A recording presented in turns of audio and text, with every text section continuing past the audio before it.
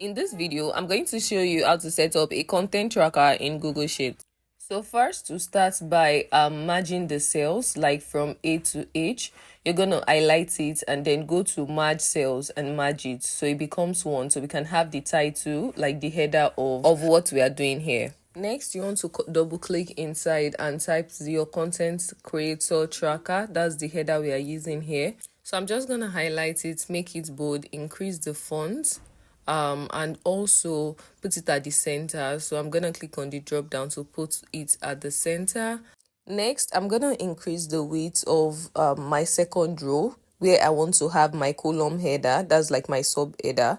So the first one, I'm gonna put the contents, so the content ideas I have, I'm gonna type it under that column, and I'm gonna highlight 5 columns, change the color, change the text color as well to white. So I'm just going to type in the column header. So my content follows this process. First, I have it as an idea. Then next, I make the video. Then next, I edit the video. Next, I upload it and published. If it's published, we want to know as well. So that is the column headers that I'm having. So once it's like when I have the idea, I'm going to write it in the content line and tick it, the box. So once I've made the video, I'll tick the draft. Once I've edited the content, I'm going to check the edited. Once it's uploaded, we check it and on like that. So that's how we keep track of what content we've made or the ideas we have. You can just come and put it here, and the tracker will help you know the ones that you've not made yet, or the ones that you've made but you've not edited, or the ones that you've edited but you've not uploaded. And that's the essence of this. So I'll just make the column headers. I'm just going to make it bold and also increase the font a little bit.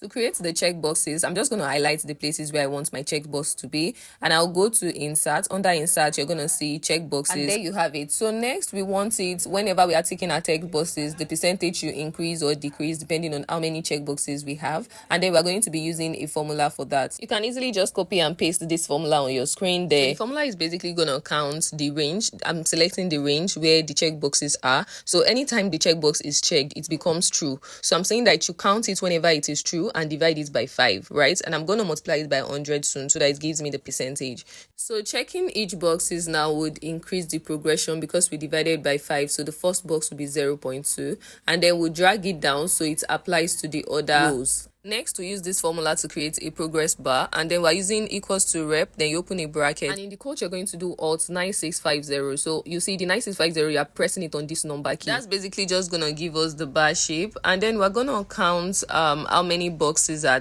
ticked. So afterwards, we're gonna multiply our count, so progress bar is longer, right? So the REPT function that we used is just gonna repeat the bar that we created, like a bar progress. If you're non-technical, is totally fine. You can just follow my steps, and if you want me to create it for you, you can reach out to me. So you can see now, if you are checking it, the percentage is increasing, and with the progress bar, you can actually easily see your progress so far with each of the content ideas that you have. So now let's do some formatting. I'm just going to highlight the 3 cells and change the background color to a deeper shade and the text color to like white, so it's more visible that way. And you can just drag down the progress bar to replicate it for the other ones. So each time you have an idea, you can put the idea content on the left side, and if you've created it, if you've drafted it, you can track your progress that way. And anytime you can just come check in on the progress to see which one you've not done and which one you probably have not edited. It helps you track your content. So now if you want to create more downward, you're just going to expand it. Can you see at the bottom, you're going to see that sign, just expand downward as you update the content.